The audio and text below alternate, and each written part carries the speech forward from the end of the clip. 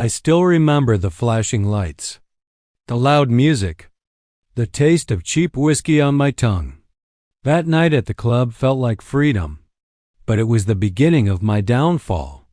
My name is Ethan Cole. I was just a mechanic's son from a small neighborhood, outside Chicago, trying to survive, trying to forget that my mom left when I was 10, and my dad drinks more than he speaks. That night, I went out with some friends. I had just gotten my first paycheck from a delivery job. It wasn't much, but it felt like something. We were celebrating. That's all it was supposed to be. Just a celebration. I never imagined I'd end up in handcuffs before sunrise. The club was packed. Neon lights painted everything in red and blue. I wasn't used to places like that. Girls in silk dresses, guys in expensive watches. I felt out of place in my black jeans and cheap sneakers. But after a few shots, the insecurity faded. I was drunk. Not tipsy. Not laughing and still in control drunk. I was stupid drunk. I remember the moment everything changed. She passed by me on the dance floor, long black hair. Deep green dress, the kind you know costs more than your rent. I don't know what got into me. Maybe it was the alcohol. Maybe it was the desperate hunger for attention, for something. Anything. I grabbed her arm. Not hard, but enough for her to turn. She looked at me like I was dirt. And then I touched her waist. Just for a second. A second too long. She froze. Then slapped me so hard my ears rang. I stumbled back, shocked. Hey, what the hell? Suddenly, 2 security guards were on me like wolves. They didn't ask questions. They dragged me through the crowd. People were watching, laughing, filming. I didn't even get the chance to say I was sorry. Outside, a black SUV screeched to a stop. A man in a suit jumped out. He looked furious. Where is he? He barked. That's him, the girl pointed. She was crying now. He touched me. The man stormed toward me, fists clenched. But he didn't hit me. Instead, he said the words that froze the blood in my veins. You just assaulted my daughter. Do you know who she is? I blinked. No. She's the daughter of Daniel Grayson. The name hit like a sledgehammer. Daniel Grayson, the real estate tycoon, one of the richest men in America. And I had just drunkenly put my hands on his daughter. I spent the night in jail. It was cold, the concrete hard beneath me, and the metal bars unforgiving. My head was spinning, not from alcohol anymore, but from fear.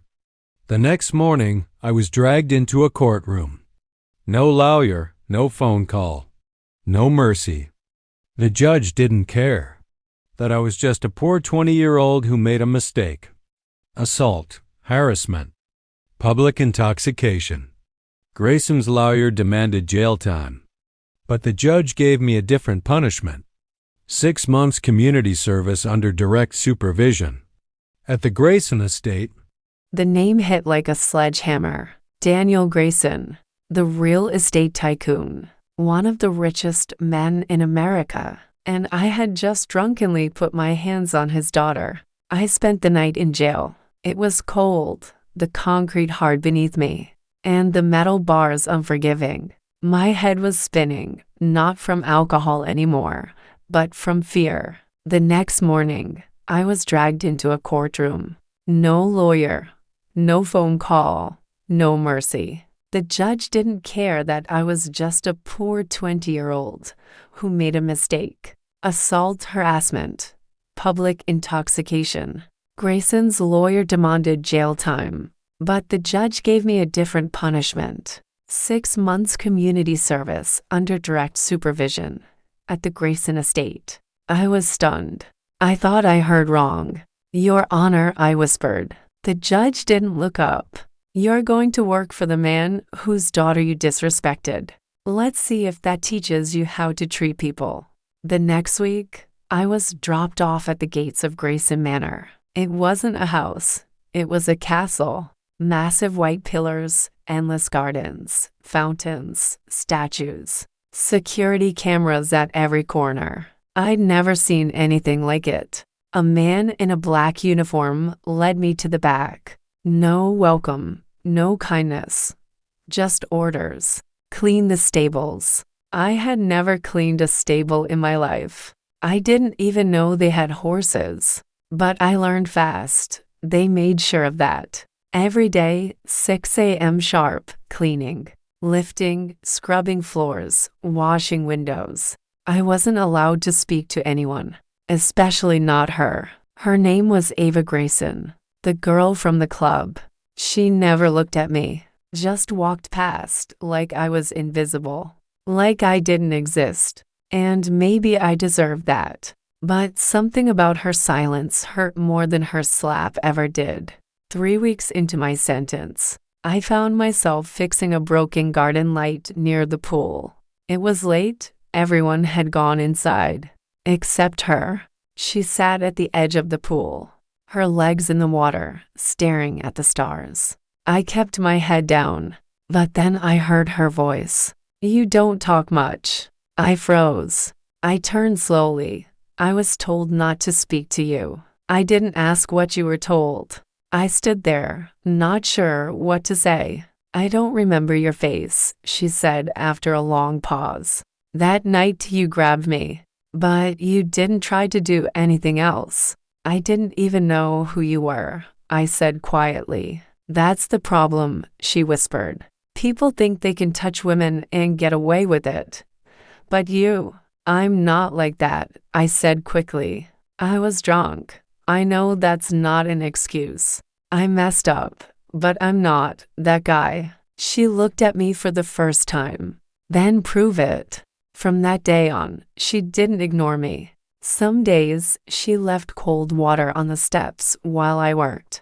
Other days, she sat nearby, sketching in a notebook, silent but present. It was confusing, but comforting. One day, while I was cleaning the patio, I saw her crying behind the glass doors. I don't know what got into me. I knocked. She didn't answer, so I walked away. But the next morning, she left a note on my workbench. "Thank you." Just 2 words. But they meant everything. Over the next month, Ava started talking to me more.